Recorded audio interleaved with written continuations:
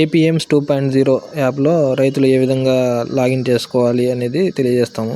దీనిలో మనకు రైతు అనే ఆప్షన్లోకి పోయి నమోదు కింద ఖాతా లేదా నమోదు అనే ఆప్షన్ ఉంటుంది. దానికి క్లిక్ చేసి తర్వాత లాగిన్ బటన్ ఇవన్నీ ఉంటాయండి.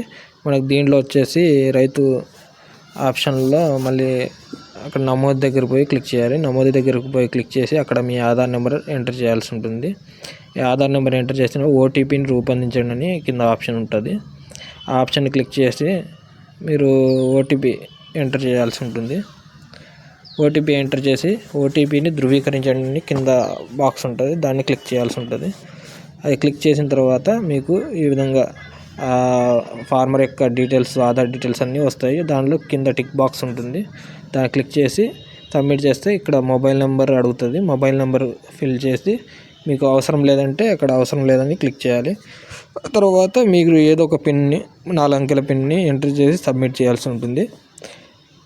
ఈ విధంగా సబ్మిట్ చేసిన తర్వాత మీకు లాగిన్ ఐడి అనేది తయారవుతుంది. తర్వాత మీరు లాగిన్లోకి వెళ్ళి తర్వాత మీ ఆధార్ నెంబర్ ఎంటర్ చేసి